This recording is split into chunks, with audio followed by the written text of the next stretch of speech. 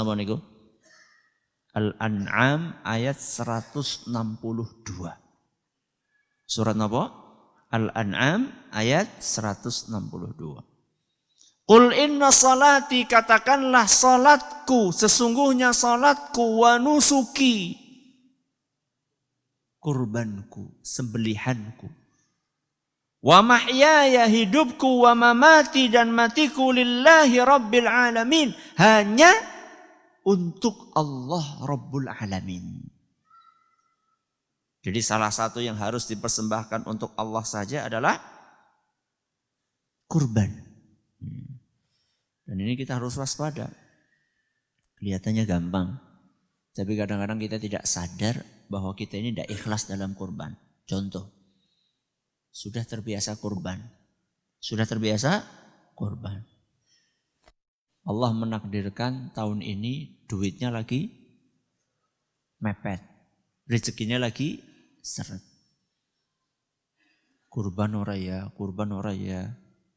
Kurban ora, kurban ora, kurban ora. Kurban enggak ya? Kalau enggak kurban nanti apa kata orang? Nah, itu dia. Apa kata orang? Berarti tahun kemarin kurban untuk mencari kata orang. Ini kadang-kadang kita enggak sadar loh. Kadang-kadang kita enggak sadar. Ya.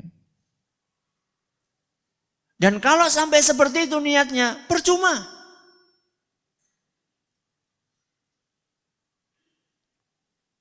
Amalan-amalan yang seperti itu, ketika tidak diniatkan karena Allah Subhanahu wa ta'ala, tapi karena riya, karena sum'ah, mencari pujian orang,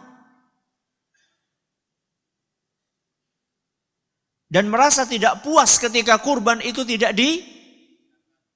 dipublikasikan. Maksudnya dipublikasikan di sini adalah, ya kudu diumumkan ya. Nah, nyong sapi ini paling gede, sapi ini paling mahal. Yang seperti ini bisa merusak kurban yang kita lakukan. Sehingga kita sudah keluar biaya dan tidak mendapatkan apa-apa. Na'udzubillahi min dzalik. Kenapa? Karena kemasukan penyakit kotoran namanya riya. Ini masuk kategori syirik apa? Kecil. Cilik iki Ustaz. Cilik-cilik tapi syirik. Cilik-cilik tapi syirik. Ya. Jadi jangan ngomong kecilnya, tapi lihat syiriknya. Kecil-kecil tapi cabai rawit. Jadi jangan lihat apanya? Kecilnya. Tapi lihat pedesnya itu loh. Ya. Jadi jangan dilihat kecil, syirik kecilnya, kata kecilnya, tapi lihat sebelum kecil apa? Syirik. Kalau syirik kecil saja bisa merusak amalan seorang hamba, apalagi syirik besar. Wis syirik gede. Ustaz, apa ada Ustaz syirik besar dalam kurban? Ada. Rasulullah SAW bersabda, la'anallahu man dzabaha li ghairillah. Allah melaknat orang yang menyembelih untuk selain Allah. Menyembelih untuk selain Allah. Si kepriwe Ustaz? Ada orang enggak agak bingung. Apa sih menyembelih untuk selain Allah? Kalau dikasih contoh insya Allah paham.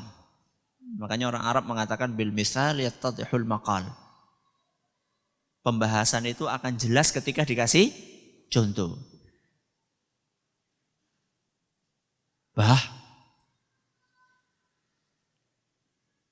anak kula niki badhe daftar kuliah. Ya, terus priwe? Ben ketambi pripun Mbah? Kok kudu golek ayam sing ireng. Wulune ireng, raine ireng, sikile ireng, getihé abang. Masa getihé ireng? Ayam apa? Jeman. Nek wis ketemu ya.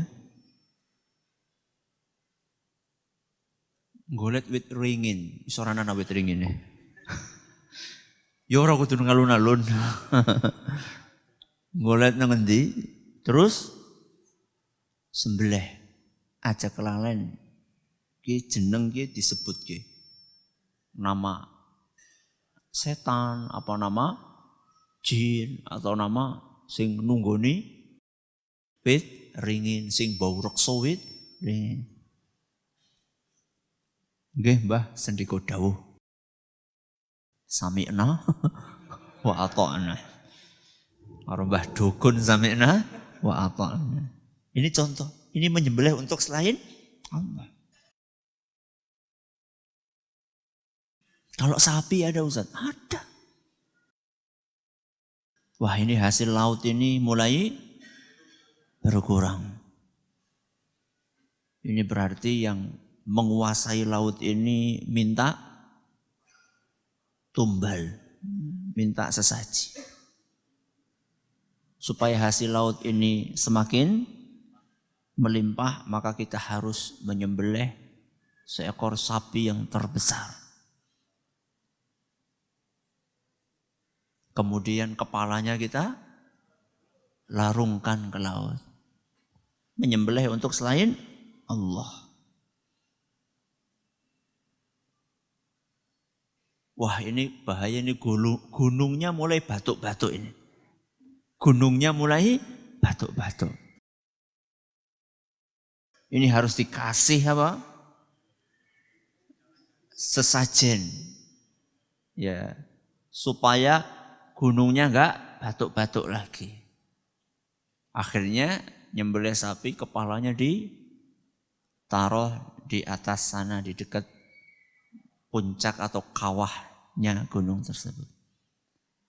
Ini contoh menyembelih untuk selain Allah. Dan yang seperti ini bukan syirik kecil, tapi syirik besar.